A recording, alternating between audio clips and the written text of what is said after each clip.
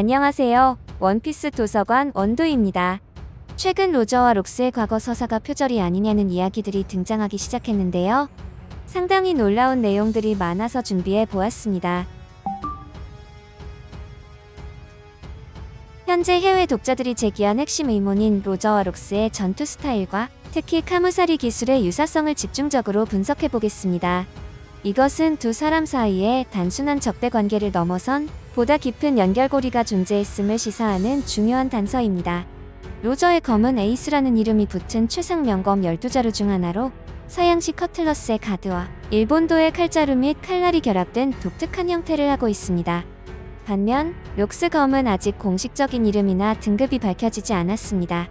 그러나 작중 묘사된 패널과 애니메이션 장면들을 보면 그 역시 로저의 에이스와 유사한 형태의 거대한 세이버 혹은 커틀러스를 사용했음을 알 수 있습니다. 두 검은 크기, 형태, 그리고 한쪽에만 날이 있는 디자인 측면에서 뚜렷한 시각적 유사성을 보이고 있다는 것이죠.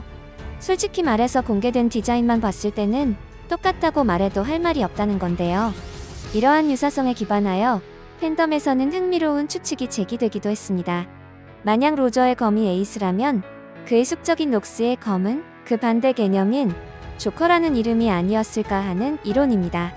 이는 어디까지나 추측의 영역이지만 두 라이벌의 대립 구도를 상징적으로 보여주는 흥미로운 해석입니다.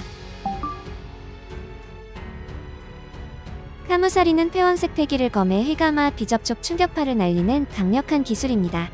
이 기술의 이름을 직역하면 신이 떠나심을 의미하며 이는 로저 자신의 임박한 죽음과 신으로 군림하는 천룡인에 대한 저항 정신을 동시에 상징하는 매우 중의적인 장면입니다. 이 기술의 기원과 관련하여 가장 결정적인 단서는 록스와 로저의 검을 쓰는 동작과 검기의 원리가 상당히 흡사하여 카무사리 또한 원래 록스가 개발한 기술이라는 추측도 있다는 공식 자료의 언급입니다. 실제로 작중에서 두 인물이 기술을 사용하는 모습은 한 손으로 검을 쥐고 수평으로 강력하게 휘두르는 형태로 시각적으로 매우 유사합니다. 현재 이 모션의 해석이 팬들의 입장에서는 로저가 록스의 기술을 계승한 것이 아니냐는 이론을 만들어내고 있다는 것이죠. 기술의 계승 패턴을 살펴보면 로저의 카무사리는 훗날 샹크스가 직접적인 가르침 없이 순수한 재능과 존경심만으로 모방해낸 기술입니다. 어깨너머로 배웠다는 것이죠. 이는 원피스 세계관에서 기술이 반드시 스승과 제자 관계를 통해서만 전수되는 것이 아니라 관찰과 라이벌 관계를 통해서도 습득될 수 있다는 중요한 선례를 남깁니다. 두 사람의 검술이 우연의 일치라고 보기에는 너무나도 흡사하다는 점은 중요한 시사점을 던집니다. 이는 두 사람이 공통된 스승을 두었거나 혹은 한쪽이 다른 한쪽을 모방했음을 암시합니다. 가장 공격적이고 도발적인 여론은 로저가 갓벨리에서 록스를 격파한 후 그의 기술을 자신의 것으로 흡수했다는 것입니다. 만약 로저의 상징과도 같은 필살기, 그 자신의 이념과 운명이 담긴 이름까지 붙인 기술이 원래는 최대의 숙적이었던 록스의 것이었다면 이는 로저라는 인물에 대한 우리의 이해를 근본적으로 바꾸게 됩니다. 이는 로저가 단순히 록스를 물리친 것을 넘어 그의 힘의 상징인 궁극의 기술마저 빼앗아 자신의 이념에 맞게 신의 피난이라는 이름으로 재정의하고 용도를 변경했다는 사용자의 찬탈 가설의 무술적인 근거를 제공하는 매우 중요한 지점입니다. 이제부터 그들이 숨기고 싶어하는 것들이 무엇인지 알아보겠습니다. 갓벨리 사건은 약 38년 전 천룡인들이 빛과 맹국의 국민과 노예들을 대상으로 인간 사냥 대회를 개최한 갓벨리라는 섬에서 발발했습니다. 이 대회의 상품으로는 카이도와 쿠마가 훗날 먹게 될 악마의 열매 등 막대한 보물이 걸려 있었습니다. 이 정보를 입수한 지백은 자신의 해적단을 이끌고 섬을 침공했습니다. 이때 천룡인과 그들의 노예를 지키기 위해 해군 중장 가프는 자신의 숙적인 로저 해적단과 전례 없는 동맹을 맺었습니다. 격전 끝에 록스 해적단은 패배하고 지백은 사망했으며 이 공로로 가프는 해군의 영웅으로 칭송받게 되었습니다. 그러나 이 사건 이후 갓벨리 섬은 지도에서 흔적도 없이 사라졌습니다. 세계 정부는 이 사건을 역사에서 의도적으로 말소했습니다. 공식적으로 알려진 이유는 해군의 영웅이 해적과 손을 잡았다는 불명예스러운 사실을 감추기 위함입니다.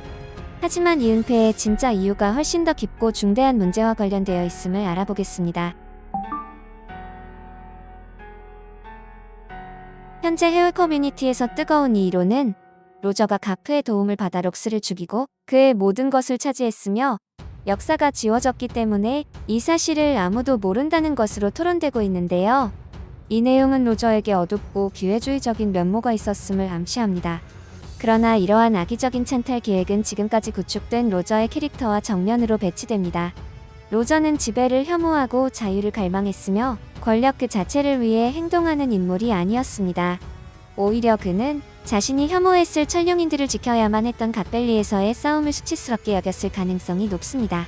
따라서 이 여론은 의도적이고 악의적인 찬탈 계획보다는 결과론적 찬탈이라는 보다 미묘한 해석을 제시합니다. 로저는 록스를 격파함으로써 의도치 않게 그의 자리를 계승하게 되었습니다. 세계 정부에 대항하는 가장 강력한 해적이자 해적 세계의 중심이라는 위치를 자연스럽게 차지하게 된 것입니다. 그는 록스의 유산을 훔친 것이 아니라 록스의 몰락으로 생긴 거대한 힘의 공백을 대체한 것입니다. 카이도가 말했듯 한때 록스의 전선원들을 중심으로 돌아가던 세계는 이제 로저라는 새로운 중력의 중심을 갖게 된 것입니다. 갓벨리 사건은 여러 중대한 결과를 낳았습니다. 가장 중요한 것 중 하나는 로저 해적단이 보물상자 안에서 갓난아기였던 샹크스를 발견하여 양자로 거둔 것입니다. 최근 밝혀진 바에 따르면 샹크스는 갓벨리의 챔피언이자 신의 기사단 소속의 천룡인 피거랜드 갈링성의 아들일 가능성이 매우 높습니다. 이는 로저가 자신이 경멸했을 천룡인의 아들을 구했다는 놀라운 아이러니를 만들어냅니다. 또한 이 사건은 단순한 전투가 아닌 힘을 향한 혼돈의 장이었습니다. 빅맘은 카이도를 위해 물고기 열매 모델 청룡을 강탈했고 쿠마는 도톰 열매를 먹게 되었습니다. 이는 갓벨리 사건이 어느 한쪽의 계획대로 흘러간 깔끔한 전쟁이 아니었음을 보여줍니다. 갓벨리 사건의 은폐는 단순히 가프의 명예를 지키기 위한 조치를 넘어섭니다. 이는 세계 정부가 직면했던 근본적인 위기를 감추기 위한 필사적인 시도였습니다. 천룡인들의 인간 사냥이라는 끔찍한 만행을 숨겨야 했습니다. 그리고 그들의 궁극적인 권위의 정면으로 도전하고 어쩌면 임의 존재까지 알고 있었을지 모르는 뒤의 일조, 록스의 존재 자체를 지워야 했습니다. 섬 전체가 사라진 극단적인 조치는 그 위협이 세계 정부의 근간을 흔들 만큼 심각했음을 방증합니다. 결국 로저는 이 거대한 은폐 공작의 설계자가 아니라 훨씬 더 중대한 이유로 자행된 은폐의 수혜자였던 것입니다. 모든 분석을 종합할 때 로저가 아기를 가지고 록스의 유산을 의도적으로 찬탈했다는 가설을 뒷받침할 명확한 증거는 발견되지 않았습니다. 그러나 결과론적 찬탈이 이루어졌다는 점은 압도적인 정황 증거들이 지지하고 있습니다. 로저가 갓벨리에서 거둔 승리는 무고한 이들을 지킨다는 그의 성격에 부합하는 행동이었으나 역설적으로 그 자신이 정상으로 가는 길을 열어주는 결과를 낳았습니다. 그는 해적왕이라는 칭호의 가장 큰 장애물이었던 록스를 제거함으로써 세계 해적계의 중심 인물이라는 그의 위치를 자연스럽게 계승하게 되었습니다.